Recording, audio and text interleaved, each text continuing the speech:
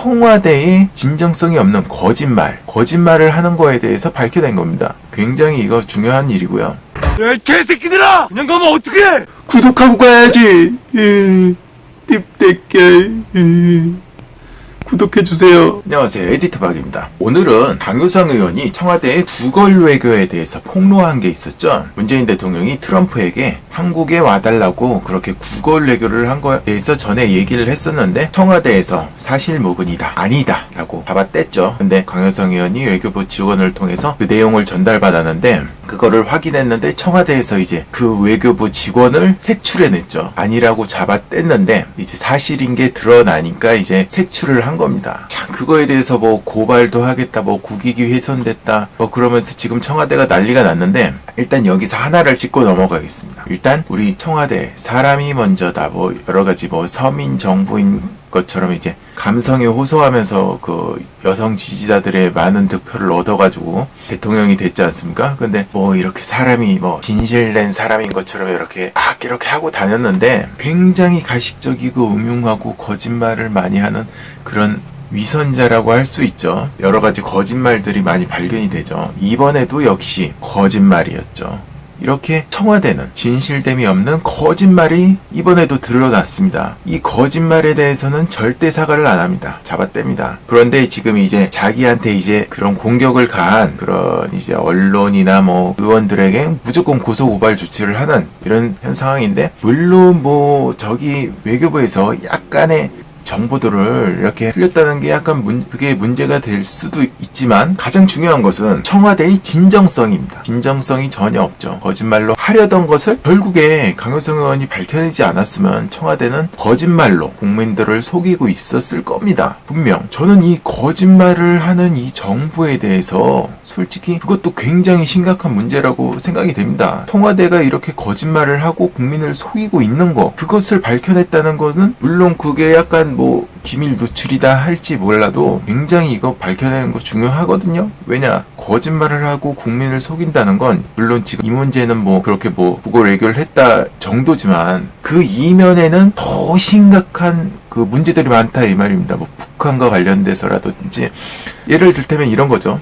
북한에 대해서 되게 평화적이게 이렇게 얘기를 하고 앞에서는 이렇게 포장을 하지만 뒤로 가면 그 거짓말의 이면 속에서는 공산화라는 그 거짓말이 숨겨져 있을 수도 있고, 소득주도 성장, 4대강 뭐 여러 가지 뭐 정책에서도 그 앞에 포장한 것보다 그 이면에 되게 안 좋은 것들을 거짓말로 이렇게 숨겨서 포장하고 있다는 게 사실일지도 모른다는 겁니다. 지금 이 강효상 의원이 밝혀낸 게 그 단순히 그런 뭐 기밀 누출이다 해서 뭐 그런 게 아니라 청와대의 진정성이 없는 거짓말을 하는 거에 대해서 밝혀낸 겁니다. 굉장히 이거 중요한 일이고요. 역시 그 외교부 직원도 그런 의미에서는 내부 고발, 그 직원이 밝혀내지 않았으면 여전히 국민들을 속이고 거짓말로 일관하고 국민들에게 안 좋은 영향을 끼칠 수도 있는 걸 막아낸 겁니다. 여러분, 이렇게 생각하셔야 돼요. 자, 거기에 대해서 지금 자유한국당에서도 뭐 몇 분들이 그 공격을 가하고 뭐 국익에 대한 손해를 끼치고 있다 그렇게 얘기를 하고 있는데, 지금 나경원 원내대표 잘 지금 하고 있는데 도와주세요.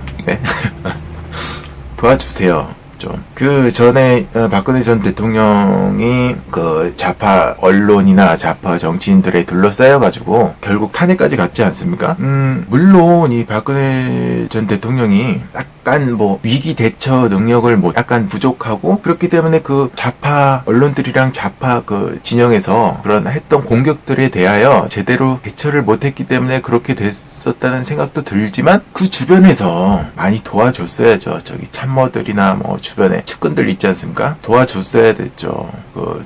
저는 그 이명박 전 대통령이 그 경제 성장시키고 이 추진력 능력 면에서 굉장히 뛰어나다고 생각하고 좋아하지만 좀 이명박 전 대통령도 약간 도와줬으면 좀 더 이렇게 이 정도까지 사태까지 오지 않았나 그런 생각도 듭니다. 그런 면에서 우리 나경원 원내대표가 지금 열심히 하고 있습니다. 근데 주변에서 좀 도와주세요. 여기 뭐 대한애국당, 뭐 바른미래당, 대한애국당도 열심히 했는데 지금은 좀 굽히고 도와줘야 될 때가 아닌가 싶습니다. 뭐 저기 창원 보궐선거에서 괜히 뭐 도와주지 않고 나와가지고 표를 뺏어가서 뭐 떨어지게 하는 그런 건 별로 좋지 않아요.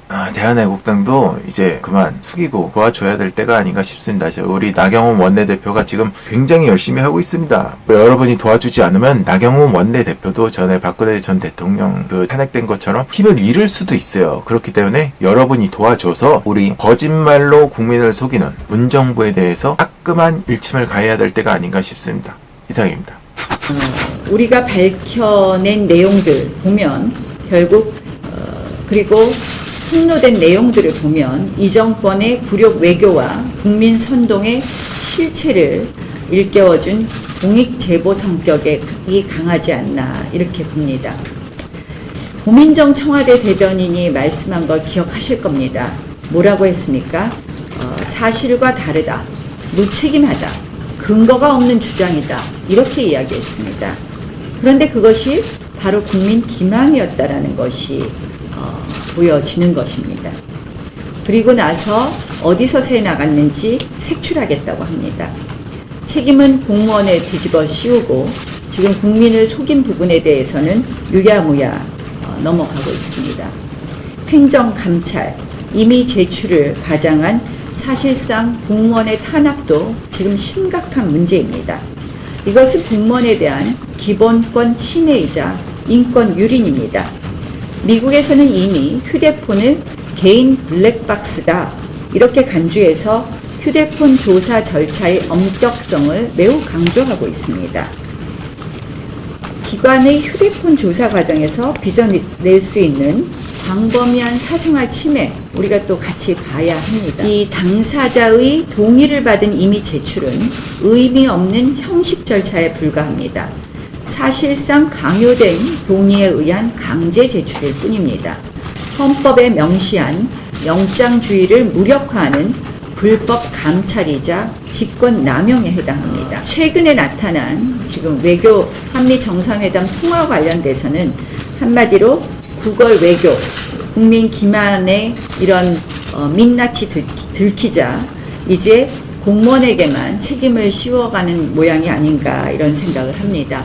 저희는 지금 이 반복되는 공무원의 휴대폰 사찰, 그로 인해서 사실상 공무원의 기본권이 침해되고 사실상 공무원을 통갑하는 이러한 이 정권의 실체에 대해서 문제점을 지적하고 거기에 대한 개선 방안을 마련해 나가도록 하겠다는 말씀을 드리겠습니다.